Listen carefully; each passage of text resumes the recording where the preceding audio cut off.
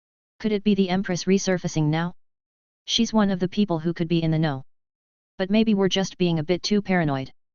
He could still be nothing but an awkward and annoyingly unlucky kid. While Sofia and Astelia were distracted talking to each other about the suspicious kid, the student in question suddenly screamed like a terrorized pig. Amidst the group of snacking students, near Shaylee reheating her soup over a fire sprite, Clint was dangling in the air, feet right above the ground, as if held up by the wrist by an invisible person. Everyone grabbed their weapons, some started channeling skills, Astelia even instantly teleported to his side. Nov, L, B /JNN.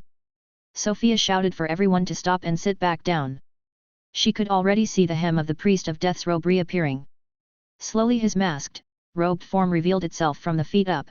He was the one holding the kid up by the wrist. What did this kid do that the priest had to step in like this? Clint tried to free himself. Let me go. I did nothing wrong. This sounds exactly like someone who did something wrong. And it just happens to be you again, hey. Guess we weren't just being paranoid. The priest turned his masked head to Astelia, Teacher Glacier. Let us handle this matter privately with Teacher Valkyria, come, he told her before teleporting himself and the student to Sofia's side. Astelia followed and the first thing she did as she reappeared next to them was to tell Clint to shut his trap. You can let him go, I have him in my grasp, she told the priest, who released his grip on Clint. Astelia was doing to him what she had done to Sofia before, his speed was stuck at 0 and he couldn't get away. Seeing that the kid was about to speak again, Sofia plugged his mouth with a bone gag. Can we get an explanation? Sofia asked the priest. The explanation lies in his right hand, the priest calmly explained, pointing at Clint's tightly clenched right fist. Open your hand, Sofia ordered. The kid panicked, he looked around and tried to crawl away but he couldn't. He seemed very unwilling to open his hand. Sofia frowned, she was about to grab the student's arm, he looked terrified. Can I? She asked Astelia. Please. Sofia nodded and grabbed the kid's right arm with her dragon scale claws. The claws piercing through the student's arm touched his radius bone and she forced his hand open with bone dominus. He had been holding a tiny opaque flask the size of a fingertip. The other students were noisy and trying to see what was going on but Perith was looking over them to stop them from coming closer. Sofia grabbed the flask. Clint was struggling to free himself from Sofia's iron grasp and trying to say something, but the bone gag was very effective at shutting him up. Now let's see. Uncorking the small flask, Sofia looked inside, it contained a small amount of brown powder. No you didn't Perith. Make sure no one eats anything. Mr. Scribe, verdict? Silent death, dangerous refined toxin, this poison is hard to produce even for renowned alchemists. Insufficient doses, causes a swift death by sudden brain and nervous tissue necrosis after an incubation period of 4 to 5 hours. Effective on most hot-blooded creatures under level 200. This much is enough to kill about 3 level 99s. Item level, 200. Grade, precious. This fucker was next to Shaylee. Sofia showed the description to Astelia whose face darkened as she read. Her expression was scarier now than Sofia had ever seen her. Sofia slowly closed the flask and gently removed the gag in the student's mouth. With a kind smile she told him, you better have a very good explanation for us, Clint. I was for Clint started before having a spasm and his words dying in his throat as he started vomiting blood. Shit. The priest cast a series of spells in a second, resulting in Clint being still like a statue, as if frozen in time. The blood he was coughing up was no longer flowing, stuck in the air like the rest, encased in strong mana bonds. This is serious soul damage, the priest declared, not something we can handle. I will bring him to the high priest. Do you still have the charm? Sofia nodded. Good. This should keep you safe enough. Use the catalyst if something else goes wrong, we will heal this one and interrogate him then bring him to the headmaster. In the meantime, it is best for your student's mental health if you keep going as if nothing happened. Did he manage to poison anyone? Sofia asked worriedly. No, I had been monitoring this student's action since yesterday, he only now revealed the flask that was hidden in the inner pocket of his uniform. He had no time to open it, the priest reassured her. I will go now, expect to hear more of this when you leave the dungeon. Without another word, the priest of Leverla's church disappeared with Clint. Thank the lords the priest was here. If he had managed to poison Shaylee. I need to extend my thanks to Leverla and to Death. Can you hear those kinds of prayers, death? Thank you. You look scary, Sofia, Astelia told her in a tense voice. You look even worse, Asti. Your pointy teeth are showing. One of my own students. She answered, stomping her feet. Putting her hands on her head, the short vampire crouched and sighed.